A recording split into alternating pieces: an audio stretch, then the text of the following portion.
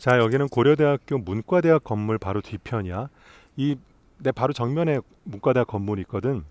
정말 예쁜데 이거를 보여주려고 했더니 햇볕이 지금 이렇게 드는 바람에 잘 보이지가 않아서 각도를 뒤쪽으로 틀었어.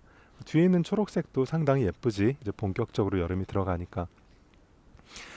고려대학교에 앉은 김에 올해 고대 입시, 특히 계열적 합평 면접에 대한 얘기 한 가지 하려고 해요.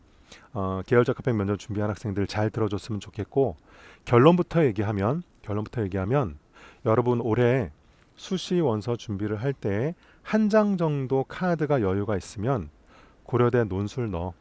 고려대 논술. 선생님 저 논술 준비 따로 못 해봤는데요. 논술 너무 어려운데요. 괜찮아. 해볼만 해. 그 이유를 내가 지금부터 설명을 해줄게. 내가 매년 여름에 고려대학교 계열적 합평 면접 클래스를 여는데 이 학생들이 나중에 서류 발표를 할 때 보면요. 3명 중에 보통 합격률이 그래요. 보통 3명 중에 1명 정도가 합격하고 2명이 서류에서 안 돼. 이 통계적으로 그렇게 되는 거야. 경쟁률로.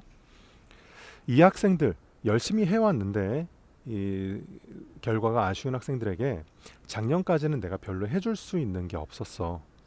안타깝지만. 그런데 이 학생들이 이제는 뭘 할 수 있게 됐냐면 바로 수능 직후에 논술로 넘어가면 돼. 그게 가능한 이유는 이래.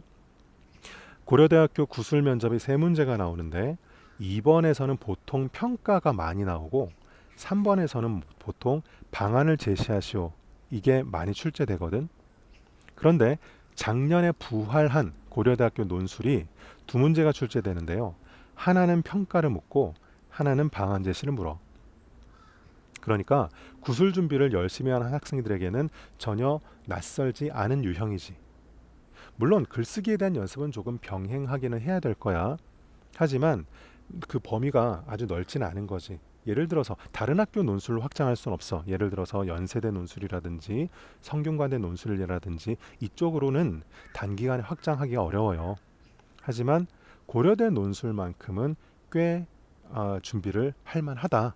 전혀 논술을 안 했던 학생이라 할지라도. 왜냐하면 구술 준비를 하면서 7, 80% 정도는 준비가 돼 있는 셈이기 때문에 그래. 게다가 서류 전형이 안 되는 학생뿐만 아니라 불안한 학생들도 있잖아요. 특히 일반고 학생들 있지. 실제로 통계상 고려대학교 계열적 합평은 일반고보다는 자사고나 특목고 출신 학생들의 합격 비율이 훨씬 높아. 그러다 보니까 일반고 학생들이 조금 심리적으로 위축되는 경향들이 있는데 논술은 정반대야. 고려대 작년 발표 자료를 보면 논술은 일반고 학생들의 합격 비율이 정확한 수치는 기억이 안 나는데 60%가 조금 안 되는 50 몇 %였던 걸로 내가 지금 기억하고 있거든. 그러니까 일반고가 훨씬 더 비중이 큰 거지. 그러니 계열적 합평 준비를 하는 학생들 중에서 서류 전형의 불합격에 대한 불안이 좀 있는 학생들, 또는 내가 일반고 출신이라서 약간 불리하지 않나 이런 불안감이 있는 학생들은 논술이 굉장히 좋은 카드지. 다른 학교 논술로 확장할 수는 없지만 고려대는 문제의 특성상 제시문 기반 면접 계열적 합평에 제시문 기반 면접형 문제하고 논술 문제가 유형이 중복되는 경우가 있기 때문에 병행 준비가 가능하다. 그래서 고려대학교 합격 확률을 2배로 높일 수 있는 좋은 카드가 논술 카드를 함께 쓰는 것이다.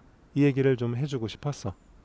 그래서 기왕에 또 내가 고대 캠퍼스에서 이 얘기 해주는 거니까 더 좋은 기운을 받을 수도 있다고 생각하면서 계열적 합평 준비하는 학생들 꼭 한번 생각해봐. 자, 오늘은 여기까지 하자.